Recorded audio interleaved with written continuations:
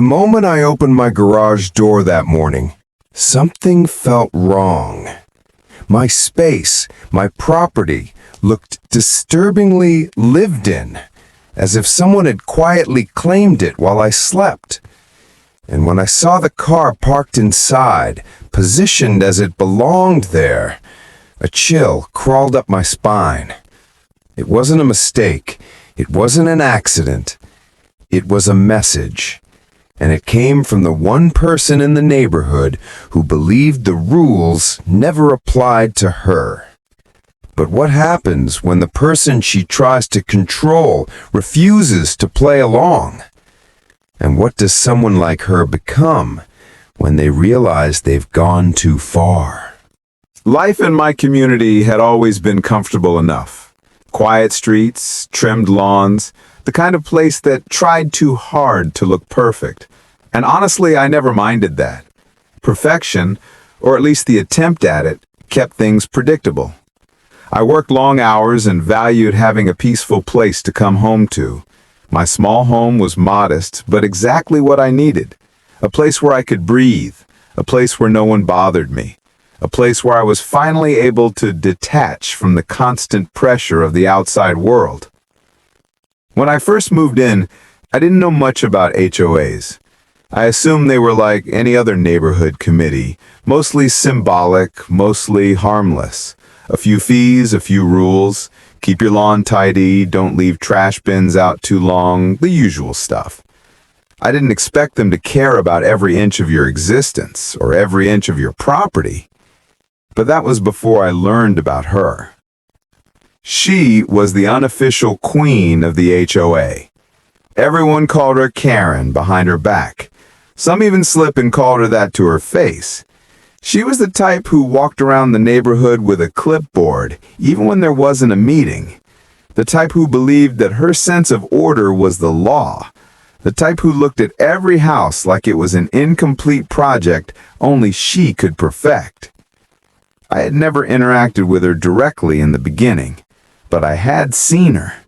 Always patrolling, always peering, always ready to enforce some rule that barely existed. I stayed out of her way. I figured that was the safest approach. I paid my dues, kept my yard clean, and followed the rules. But I was new, which in neighborhoods like this made me an easy target, a blank canvas for the HOA to project its expectations on. For a while, everything was normal. I worked, I came home, I kept to myself. But I started noticing small shifts. A notice on my door about my trash bins being 2 inches too far from the curb. A reminder slipped under my welcome mat about keeping my porch lights on during certain hours. Comments written in a tone that felt less like guidance and more like surveillance. Still, I brushed it off. It was manageable. Annoying, sure, but manageable. But then I noticed something I didn't like. She had started watching my house. Not obviously, not dramatically, just long enough to make it feel intentional. Long enough to tell me she was looking for something. And the strange part was, I hadn't done anything. Looking back, I think that's exactly why she was drawn to me. Some people like her can't stand it when someone exists quietly in their space without giving them something to control. My silence was a blank spot on her map. And people like her don't tolerate blank spots. Little by little, she found excuses to involve herself in my life. A note about my driveway being slightly discolored. A warning about my hedge height being slightly above the neighborhood standard. Things no one else cared about. Things no one else even noticed. It wasn't about the rules. It was about control.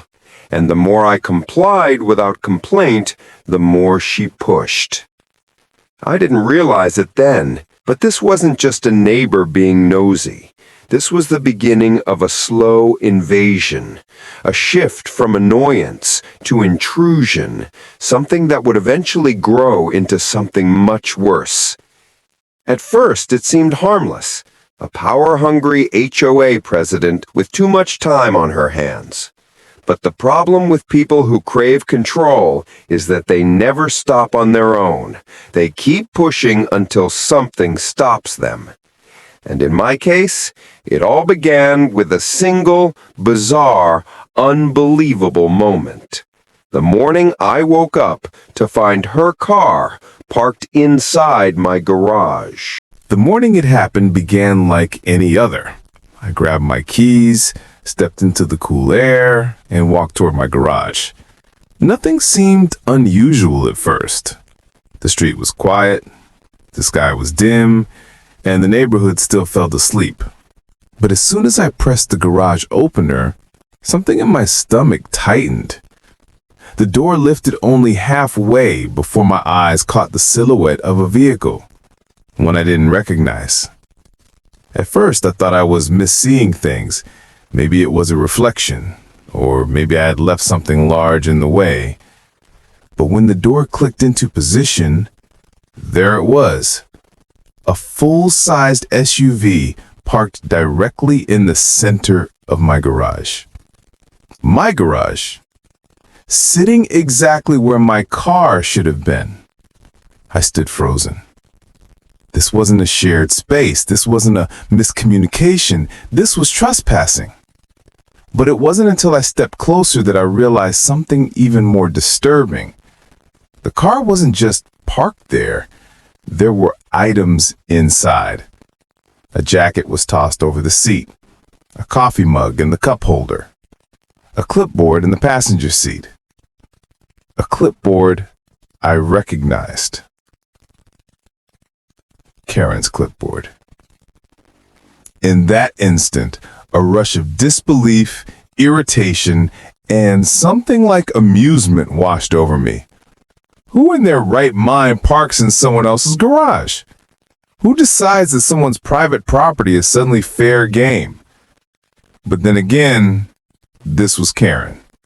In her mind, the entire neighborhood belonged to her.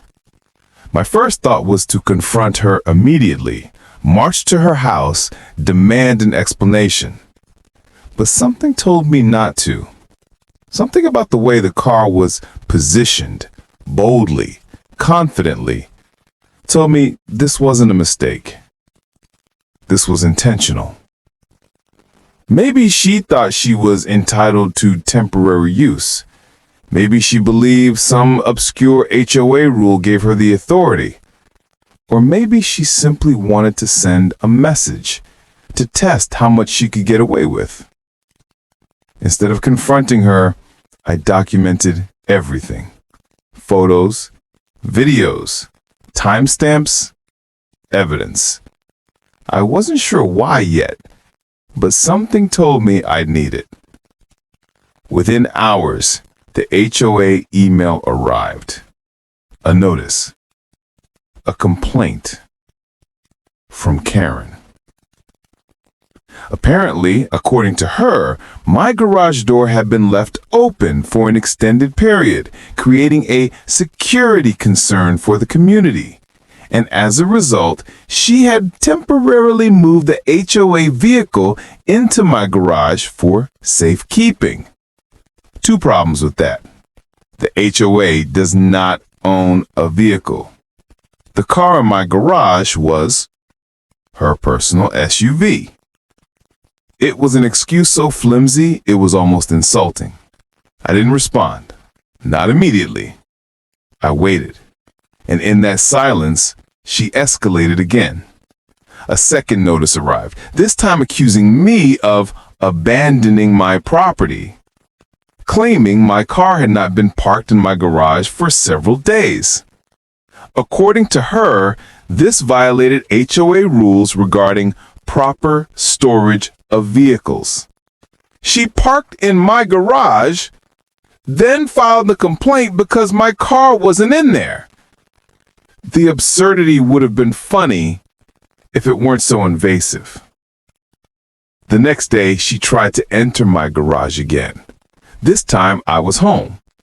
I watched through the window as she approached my property with the same clipboard tucked under her arm, the same air of self-importance, and the same determination to force her influence where it didn't belong. when she attempted to open the side door of my garage with a key that should not exist, I realized the situation was much darker than I initially thought. She either had a copy made somehow, or she had been in my garage before, repeatedly. At that point, anger began to simmer under the surface. This was no longer a nosy neighbor. This was a woman who believed everyone else's property was part of her jurisdiction. Someone who felt entitled to enter, judge, and control anything she wanted. I needed to act, but I also needed her to overextend, because people like her never stop until something stops them. So I made a choice. I moved my car to a friend's house, cleared my garage entirely, cleaned out every corner, and then I locked everything from the inside. Bolts, chains, additional security. Then I vanished. No car in the driveway, no movement in the house, no sign of life. For 5 days, I let the silence grow.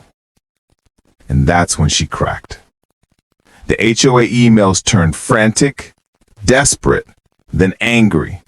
She demanded access for safety checks. She insisted I respond within hours. She declared she had the authority to investigate suspicious inactivity. But the real explosion happened when she tried once again to enter my property and found everything locked. All she saw was a dark, silent house she could no longer monitor. And something inside her snapped. She filed an official HOA violation report stating that I had abandoned the residence, that the home was unfit for occupancy, and she, as HOA president, had the right to secure the premises. Meaning, she wanted to take control of my house, not because she believed I was gone, but because my silence terrified her. She couldn't stand not knowing.